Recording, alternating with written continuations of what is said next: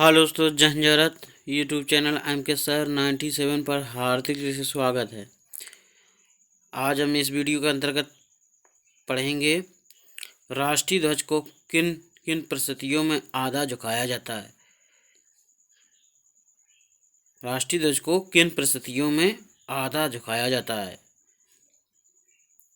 वास्तव में राष्ट्रीय ध्वज को आधा झुकाना राष्ट्रीय या राजकीय शोक का प्रतीक है। किसी भी व्यक्ति के निधन पर या किसी दुर्घटना कारण मारे गए व्यक्तियों के प्रति संवेदना व्यक्त करने के उद्देश्य से राष्ट्रीय ध्वज को आधा झुकाया जाता है। किसी व्यक्ति के निधन पर राष्ट्रीय या राजकीय शोक घोषित करने का अधिकार भारत के राष्ट्रपति के पास है। किसके पास है? किसी व्यक्ति के निधन पर राष्ट्रीय या राजकीय शोक घोषित करने का अधिकार भारत के राष्ट्रपति के पास है, जो इस तरह के शोक की अवधि का भी फैसला करते हैं। जब राष्ट्रीय ध्वज को आधा झुकाया जाता है तो इससे पहले पूरी ऊंचाई पर ऊपर उठाया जाता है और फिर धीरे धीरे नीचे लाते हुए आधा झुकाया जाता है। यदि किसी भवन पर राष्ट्रीय ध्वज के साथ अन्य किसी देश या संस्था का ध्वज स्थित है तो ऐसी परिस्थिति में केवल राष्ट्रीय ध्वज को ही आधा झुकाया जाता है, जबकि अन्य सभी झंडे समान ऊंचाई पर ही रहते हैं।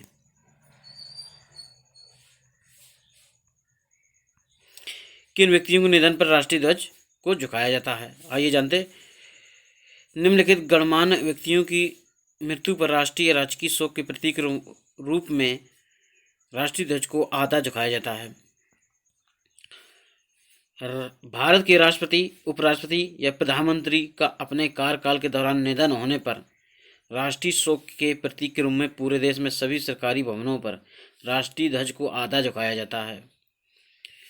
भारत के मुख्य न्यायाधीश या लोकसभा अध्यक्ष की मृत्यु पर राजकीय शोक के प्रतीक रूप में दिल्ली के सभी सरकारी भवनों पर राष्ट्रीय ध्वज को आधा झुकाया जाता है। इसके अलावा संबंधित व्यक्ति के राज्य में भी सरकारी भवनों पर राष्ट्रीय ध्वज को आधा झुकाया जाता है। सर्वोच्च न्यायालय के न्यायाधीश और केंद्रीय मंत्री के निधन पर संबंधित व्यक्ति के कार्यालय एवं संबंधित व्यक्ति के राज्य में सरकारी भवनों पर राष्ट्रीय ध्वज को आधा झुकाया जाता है। सर्वोच्च न्यायालय के न्यायाधीश और केंद्रीय मंत्री के निधन पर संबंधित व्यक्ति के कार्यालय एवं संबंधित व्यक्ति के राज्य में सरकारी भवनों पर राष्ट्रीय ध्वज को आधा झुकाया जाता है।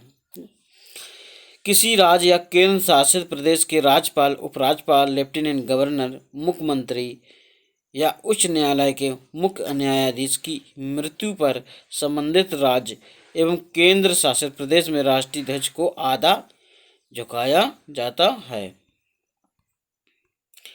जबकि उच्च न्यायालय के न्यायाधीश या किसी मंत्री के निधन पर संबंधित व्यक्ति के जिले में राष्ट्रीय ध्वज को आधा झुकाया जाता है। किसी विदेश गणमान्य व्यक्ति की मृत्यु पर गृह मंत्रालय द्वारा प्राप्त निर्देशों के अनुसार राजकीय शोक के रूप में राष्ट्रीय ध्वज को आधा झुकाया जाता है। किसी विदेशी गणमान्य व्यक्ति की मृत्यु पर गृह मंत्रालय द्वारा प्राप्त निर्देशों के अनुसार राजकीय शोक के रूप में राष्ट्रीय ध्वज को आधा झुकाया जाता है। यदि किसी राज्य के प्रमुख या किसी सरकारी अधिकारी की मृत्यु विदेशी सरजमी पर होती है तो उस देश में भारतीय दूतावास में राष्ट्रीय ध्वज को आधा झुकाया जाता है। यदि किसी राज्य के प्रमुख या किसी सरकारी अधिकारी की मृत्यु विदेशी सरजमी पर होती है तो उस देश में भारतीय दूतावास में राष्ट्रीय ध्वज को आधा झुकाया जाता है। आइए अब जानते हैं विशेष परिस्थितियां कौन कौन सी हैं।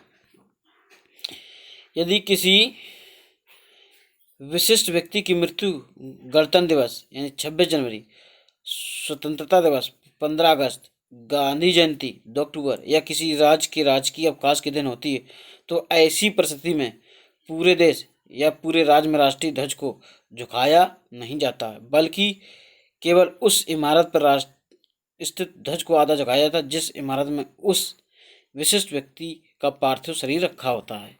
लेकिन जो हुई उस व्यक्ति के पार्थिव शरीर को उस इमारत से निकाला जाता है, राष्ट्रीय ध्वज को पूरी ऊंचाई पर फहराया जाता है। यदि किसी व्यक्ति की मृत्यु जो गणतंत्र दिवस, स्वतंत्रता दिवस, गांधी जयंती या किसी राज्य के राजकीय अवकाश के दिन होती है तो ऐसी परिस्थिति में पूरे देश या पूरे राज्य में राष्ट्रीय ध्वज को झुकाया नहीं जाता, बल्कि केवल उस इमारत पर स्थित राष्ट्रीय ध्वज को झुकाया जाता है जिस इमारत में उस विशिष्ट व्यक्ति का पार्थिव शरीर रखा होता है। लेकिन ज्यों ही उस व्यक्ति के पार्थिव शरीर को उस इमारत से निकाला जाता है तो राष्ट्रीय ध्वज को पूरी ऊंचाई पर फहराया जाता है। किसी आम नागरिक के पार्थिव शरीर पर राष्ट्रीय ध्वज को लपेटना राष्ट्रीय सम्मान अधिनियम 1971 का उल्लंघन है। किसी आम नागरिक के पार्थिव शरीर पर राष्ट्रीय ध्वज को लपेटना राष्ट्रीय सम्मान अधिनियम 1971 का उल्लंघन है। ऐसा करने पर संबंधित व्यक्तियों को 3 साल तक का कारावास या जुर्माना दोनों हो सकता है।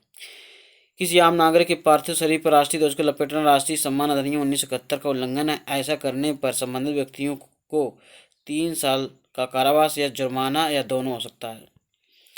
किसी राजनेता, सैन्यकर्मी या केंद्रीय अर्धसैनिक बल की अंत्येष्टि के अवसर पर राष्ट्रीय ध्वज को अर्थी या ताबूत के ऊपर लपेटते समय इस बात का ख्याल रखना चाहिए कि केसरिया रंग सिर के ऊपर होना चाहिए।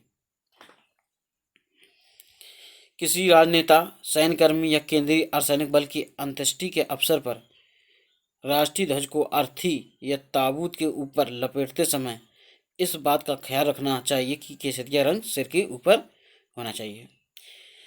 किसी व्यक्ति को जलाने या दफनाने से पहले राष्ट्रीय ध्वज को उस व्यक्ति के शव से हटा दिया जाता है, क्योंकि राष्ट्रीय ध्वज से जुड़े नियमों के अनुसार राष्ट्रीय ध्वज को ना तो सबके दफनाने चाहिए और ना ही जलाना चाहिए।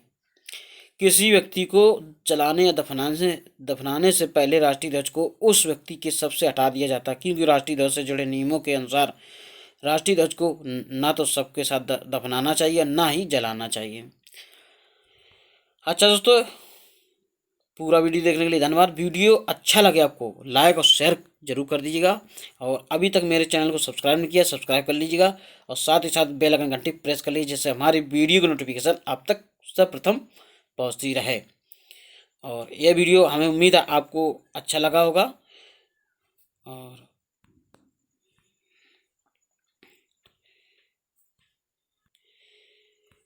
फिर मिलेंगे एक नए वीडियो के साथ। तब तक के लिए नमस्कार।